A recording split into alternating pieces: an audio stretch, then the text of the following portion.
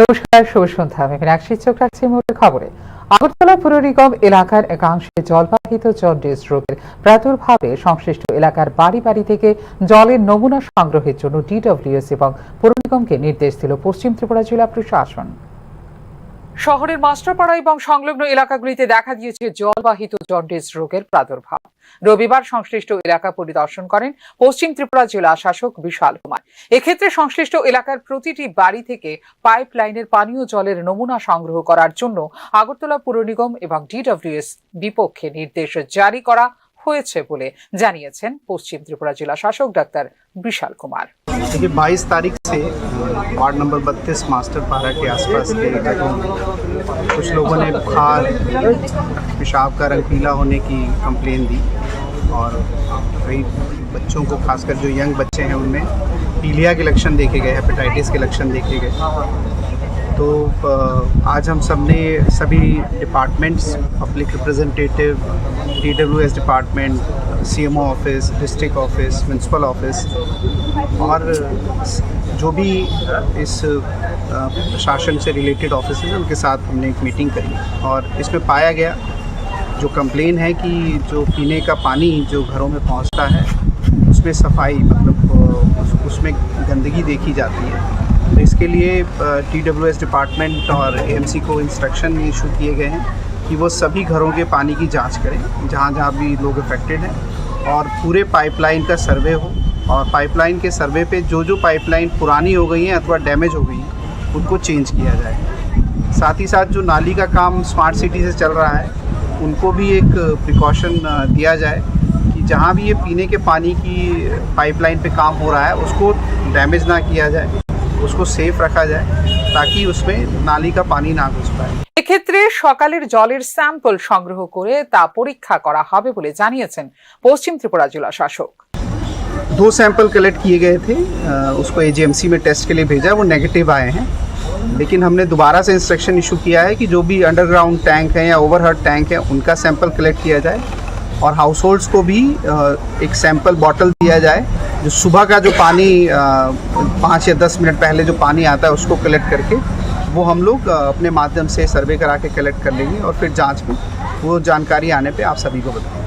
গত প্রায় এক সপ্তাহ ধরে বর্তোয়ালি, মাস্টারপাড়া টাউন, প্রতাপগড় ইত্যাদি এলাকা থেকে জন্ডিস রোগের প্রাদুর্ভাবের খবর উঠে এসেছে বিভিন্ন সংবাদ মাধ্যমে। প্রেক্ষিতে পশ্চিম ত্রিপুরা জেলা শাসককে এ বিষয়ে তদন্ত করা দেওয়া হয়েছে নির্দেশ। মূলত DWS বিভাগের নতুন পাইপলাইনগুলি ফুটো হয়ে যাবার কারণেই জীবাণু মিশ্রিত জল পরিবাহিত হচ্ছে বলে অভিযোগ করেছিল বিরোধী রাজনৈতিক দলগুলো। এক্ষেত্রে আলাদাভাবে সংশ্লিষ্ট এলাকার জলের অ্যাক্টিভ সার্ভে করবে CMO বিভাগ। তবে সার্বিক পরিস্থিতিতে আগামী 15 দিন সংশ্লিষ্ট এলাকার বাসিন্দাদের জল ফুটিয়ে পান করার জন্য পরামর্শ দিয়েছে পশ্চিম ত্রিপুরা জেলা প্রশাসন। Bureau report, news now.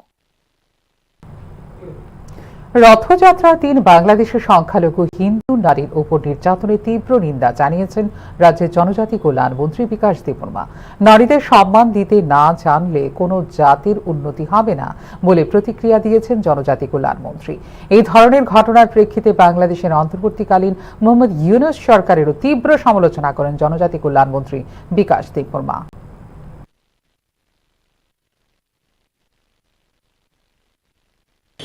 Media पर देखा है, लेकिन ये जो क्या है, ये बहुत खराब काम किया है। ऐसा नहीं होना चाहिए। हमारा महिला का ऊपर ऐसा होना बहुत खराब बात है। हमारा इज्जत देना चाहिए, सब लेडीज़ को इज्जत देना चाहिए। यही हम बताना चाहता हूँ। ऐसा काम बहुत निंदनीय, दुखद की बात है। ये बहुत काम खराब किया है। গণতান্ত্রিক নারী সমিতির কেন্দ্রীয় কমিটির সম্মেলনকে সামনে রেখে রাজ্য জুড়ে চলছে সংগঠনের সম্মেলন। এরই অংশ হিসেবে রবিবার যুদ্ধবিরোধী মানববন্ধন সংগঠিত করে নারী সমিতি। এই মানববন্ধনে যুদ্ধ নয়, শান্তি চায়, আমেরিকার দাদাগিরি বন্ধ করতে হবে, ভারতের বিদেশ নীতি পরিবর্তন করতে হবে সহ উত্থাপন করা হয় বিভিন্ন জোরালো দাবি। যুদ্ধের কারণে বিশ্বজুড়ে নিরীহ মানুষ প্রাণ হারাচ্ছে এবং বিপর্যস্ত হচ্ছে অর্থনীতি। অবিলম্বে যুদ্ধ বন্ধ করে আলোচনার মাধ্যমে সকল আন্তর্জাতিক সমস্যার সমাধানের আহ্বান জানিয়েছে গণতান্ত্রিক নারী সমিতি।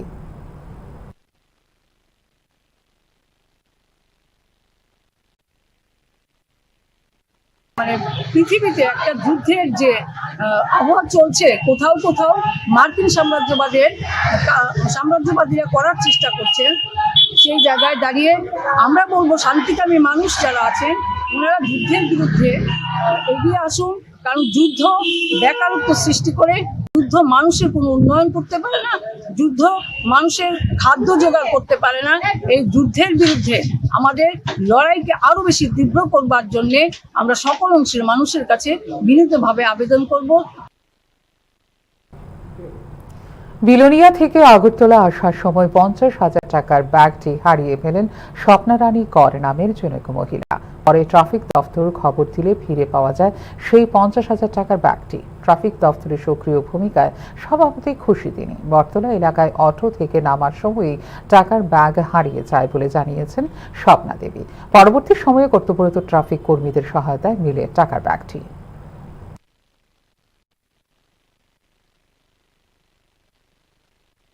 দিয়াশ্রম উঠেছিলাম অটোতে, এখান থেকে বটতলা এসে নেমেছি, সঙ্গে সঙ্গেই মানে একটু পরেই মনে পড়েছে যে ব্যাগটা গাড়িতে রয়েছে। তারপরে নেমে দেখছি যে মানে অটো ব্যাগ নেই। তখন এখানে খোঁজাখুঁজি করে ট্রাফিকে জানিয়েছি। তখন এবার ট্রাফিক পুলিশে আমাদেরকে হেল্প করে, আমরা ব্যাগটা পেয়েছি। এখন নিশানা করে সিসি ক্যামেরা যেভাবে হোক আমরাও খুশি। ড্রাইভারও ভালো ছিল দেখে আমাদের হয়তো ব্যাগটা পেয়েছি। উনি ব্যাগটা আমাদের ফিরিয়ে দিয়েছেন। আমার ব্যাগে 50,000 টাকা ছিল। আপনি আমতলী থানায় গিয়েছিলেন? হ্যাঁ, আমতলী থানাতে গিয়ে। এখনকার মতো এই মুহূর্তের সংবাদ এই পর্যন্ত। অন্যান্য আপডেটস দেখার জন্য অবশ্যই নজর রাখতে হবে নিউজ আর পর্দায়। নমস্কার।